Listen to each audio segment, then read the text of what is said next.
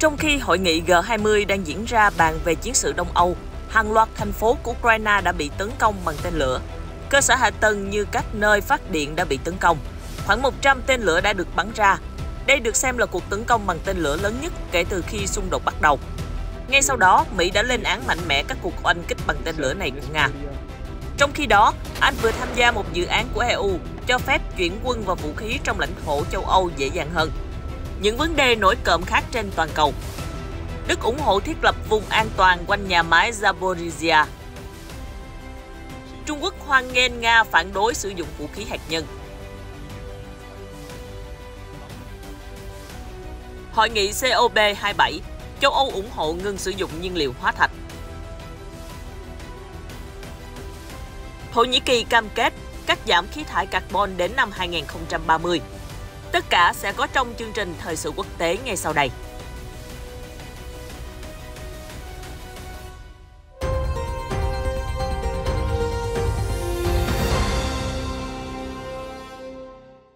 Chào mừng quý vị và các bạn đến với chương trình thời sự quốc tế ngày hôm nay. Sau đây là những thông tin chi tiết.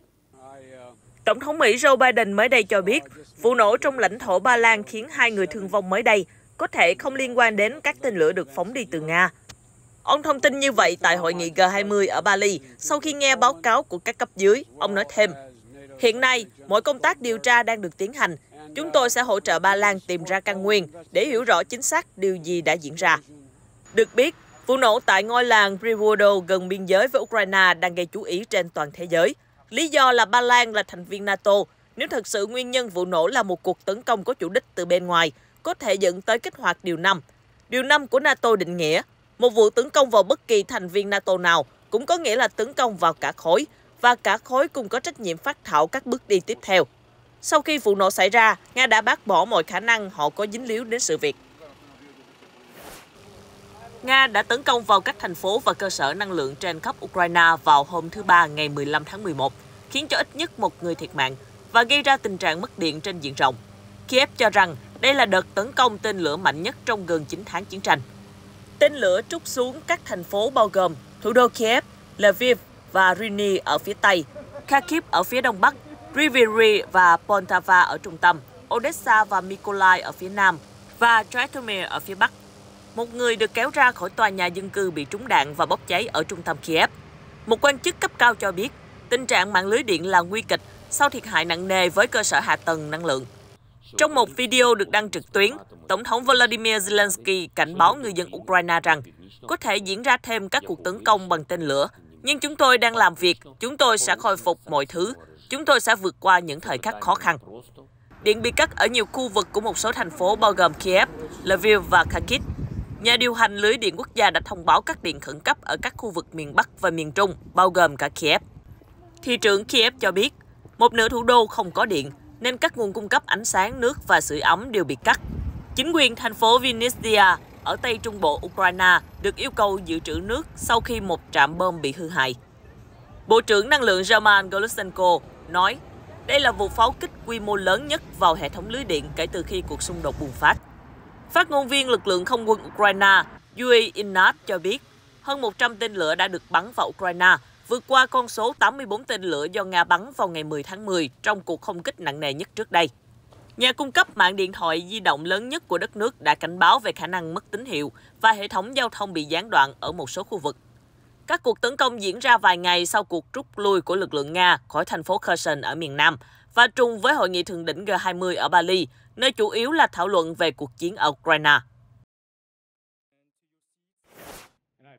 Hoa Kỳ lên án mạnh mẽ các cuộc tấn công của tên lửa của Nga vào Ukraine, nói rằng chúng dường như đã đánh trúng các cơ sở năng lượng ở thủ đô Kiev và nhiều nơi khác trong cả nước.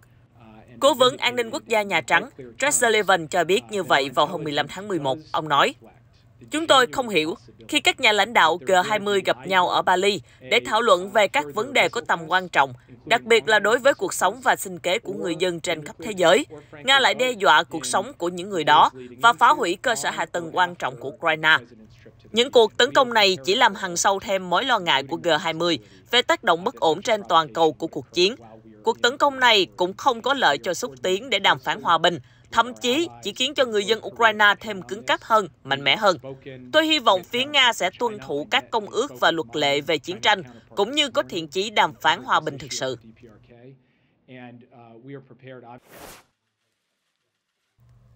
Sau cuộc hội đàm với người đứng đầu Cơ quan Năng lượng Nguyên tử Quốc tế IAEA là ông Rafael Grossi, Ngoại trưởng Đức Annalena Baerbock cho biết, nước này ủng hộ việc thiết lập một khu vực an toàn xung quanh nhà máy điện hạt nhân Zaporizhzhia của Ukraine đang do Nga kiểm soát. Ông Grossi nói, nhà máy Zaporizhzhia do Nga kiểm soát nằm ngay trên tiền tuyến và gần như không thể tạo ra một khu vực an ninh xung quanh đó. Nhưng IAEA không bỏ cuộc để thiết lập một vùng như vậy. Được biết, thời gian qua, nhà máy điện hạt nhân này luôn bị pháo kích, làm dấy lên nhiều lo ngại có thể xảy ra tai nạn hạt nhân. Nga đổ lỗi cho Ukraine là tác giả những cuộc tấn công này, trong khi Ukraine tố Nga dùng nhà máy làm nơi chứa quân và vũ khí. Nga cũng được cho là chưa mặn mà với kế hoạch thiết lập vùng an toàn, vùng phi quân sự xung quanh nhà máy. Lý do là Ukraine thường xuyên tổ chức những cuộc tấn công đổ bộ nhằm chiếm lại nhà máy. Do vậy, họ buộc phải duy trì các lực lượng tại đây. Bà Baerbock cũng nói trong cuộc họp rằng Iran không bao giờ được phép phát triển vũ khí hạt nhân và nước Cộng hòa Hồi giáo nên cho phép thanh sát viên từ cơ quan giám sát nguyên tử của Liên Hiệp Quốc quay lại cơ sở hạt nhân của mình. Các bộ trưởng quốc phòng của Liên minh châu Âu hôm thứ Ba ngày 15 tháng 11 đã mở đường cho Anh tham gia một dự án nhằm tạo điều kiện thuận lợi cho việc di chuyển nhanh chóng binh lính và thiết bị quân sự trên khắp châu Âu trong bối cảnh chiến sự ở Ukraine đã kéo dài đến tháng thứ 9. Anh, quốc gia chính thức rời EU vào năm 2020, 4 năm sau khi bỏ phiếu trưng cầu dân Ý, từ lâu đã hoài nghi về các động thái hướng tới hội nhập quân sự của các thành viên châu Âu vì lo ngại điều này có thể làm suy yếu NATO. Tuy nhiên, các đồng minh NATO ngoài châu Âu là Hoa Kỳ và Canada cũng đã ký kết dự án linh động quân đội của EU, một phần của chương trình hợp tác quốc phòng nâng cao. Điều này nhằm mục đích đơn giản hóa và tiêu chuẩn hóa các thủ tục cho quân đội và thiết bị khi đi qua biên giới bằng đường bộ, đường sắt, đường biển hoặc đường hàng không. Các chuyên gia quân sự từ lâu đã phàn nàn rằng tình trạng quan liêu đang cản trở sự di chuyển nhanh chóng của nhân viên và thiết bị quan trọng nếu các đồng minh NATO phải gửi quân tiếp viện đến Đông Âu trong trường hợp xảy ra xung đột. Người đứng đầu chính sách đối ngoại của EU là ông Josep Borrell cho biết, cuộc chiến ở Đông Âu đã chứng minh rằng việc có thể nhanh chóng di chuyển quân đội và thiết bị quân sự khắp châu Âu cũng như xa hơn nữa là điều cần thiết cho an ninh của chúng tôi. Sau khi Hoa Kỳ, Canada và Na Uy tham gia vào năm ngoái, sự tham gia của Vương quốc Anh là một bằng chứng khác về tầm quan trọng của dự án này. Đảm bảo di chuyển nhanh chóng và an toàn là rất quan trọng để cải thiện khả năng ứng phó với khủng hoảng của EU cũng như NATO. Đặc biệt hiện nay, khi chúng tôi cung cấp hỗ trợ quân sự cho Ukraine. Anh là một trong những nước chỉ trích gay gắt nhất cuộc chiến ở Đông Âu. Cho đến nay, họ đã viện trợ kinh tế và quân sự trị giá 3,8 tỷ bảng, tương đương 4,5 tỷ đô la cho Ukraine kể từ khi cuộc chiến bắt đầu.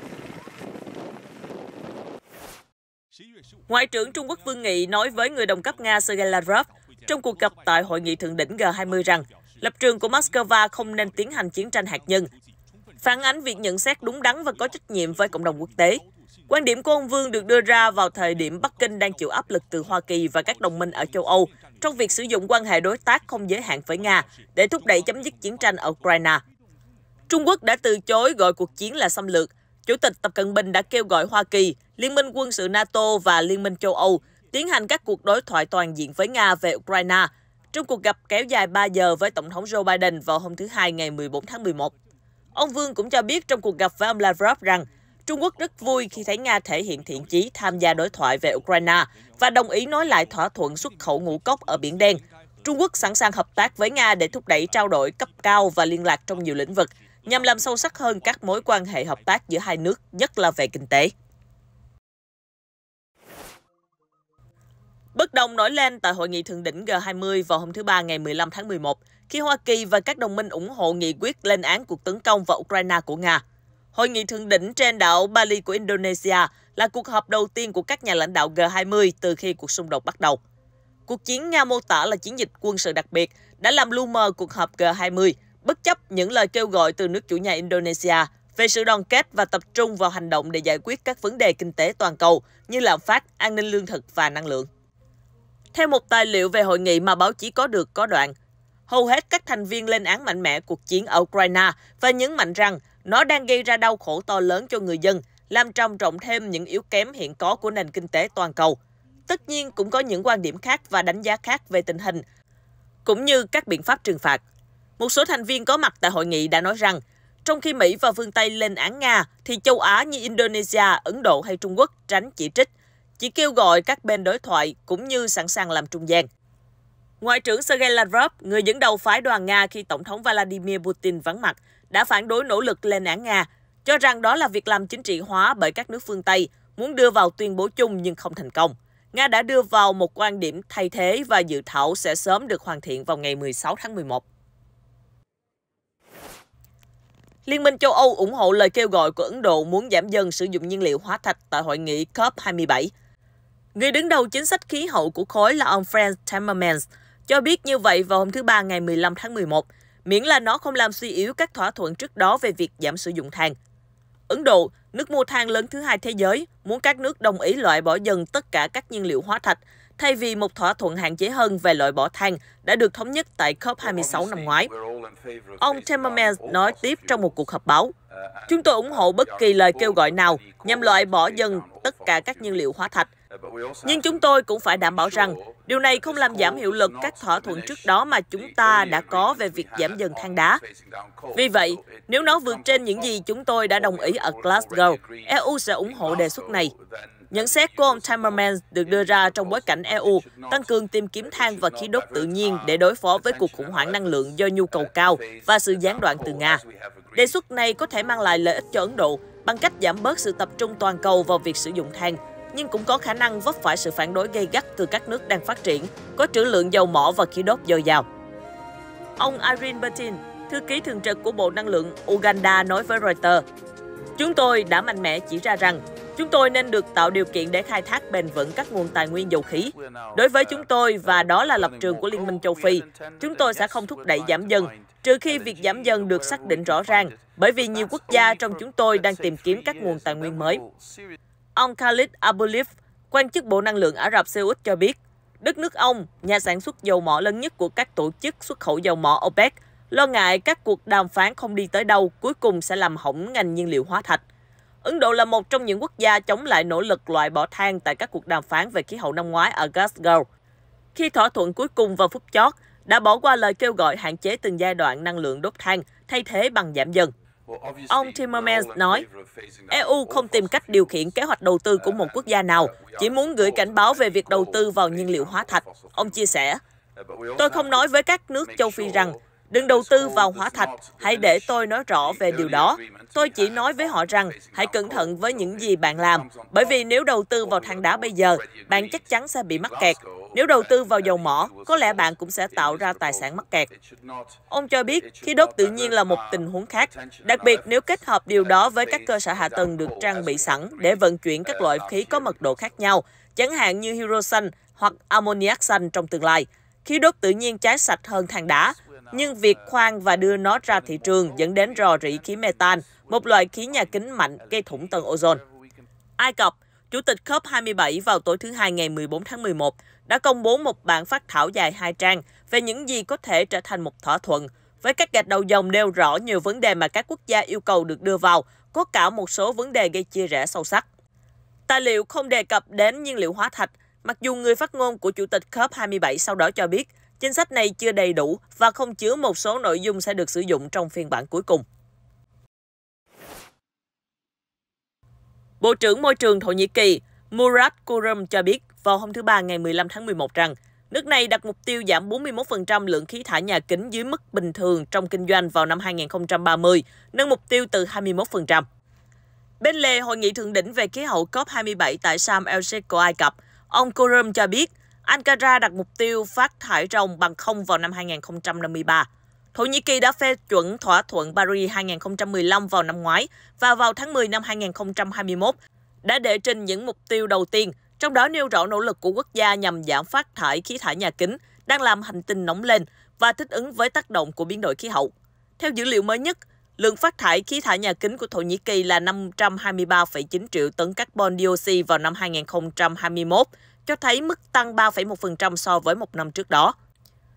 Trong tuyên bố mới đây, một nhóm các tổ chức phi chính phủ về môi trường, bao gồm cả Europe Beyond Coal, cho biết cam kết mới nhất của Thổ Nhĩ Kỳ không cho thấy mức giảm so với quỹ đạo hiện tại và tương đương với mức tăng hơn 30% lượng khí thải trong thập kỷ qua.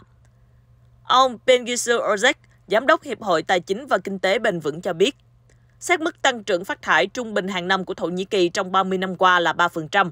Mục tiêu dự kiến trong kịch bản giảm chỉ đơn giản có nghĩa là chúng tôi sẽ không đi chệch khỏi lộ trình phát thải đó.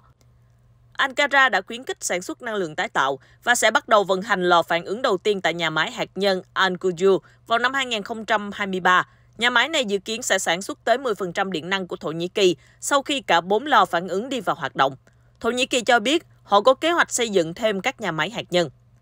Ông Mehmet Dogan, giám đốc điều hành của công ty tư vấn năng lượng Gazday, cho biết Thổ Nhĩ Kỳ không thể đáp ứng yêu cầu đặt ra khi cơ bản chỉ bằng việc thông qua năng lượng mặt trời và gió. Ông nói tiếp, có vẻ như chúng ta không dễ dàng đạt được mục tiêu này nếu không có nhà máy hạt nhân. Thật tốt khi chúng ta đặt ra các mục tiêu tích cực như vậy. Chúng ta cần thực hiện các bước như đánh thuế carbon để mọi người chọn chuyển sang sử dụng các nguồn tài nguyên tái tạo. Chương trình Thời sự quốc tế hôm nay đến đây là kết thúc. Chân thành cảm ơn sự quan tâm theo dõi của quý vị và các bạn. Xin thân ái chào tạm biệt và hẹn gặp lại trong những chương trình sau.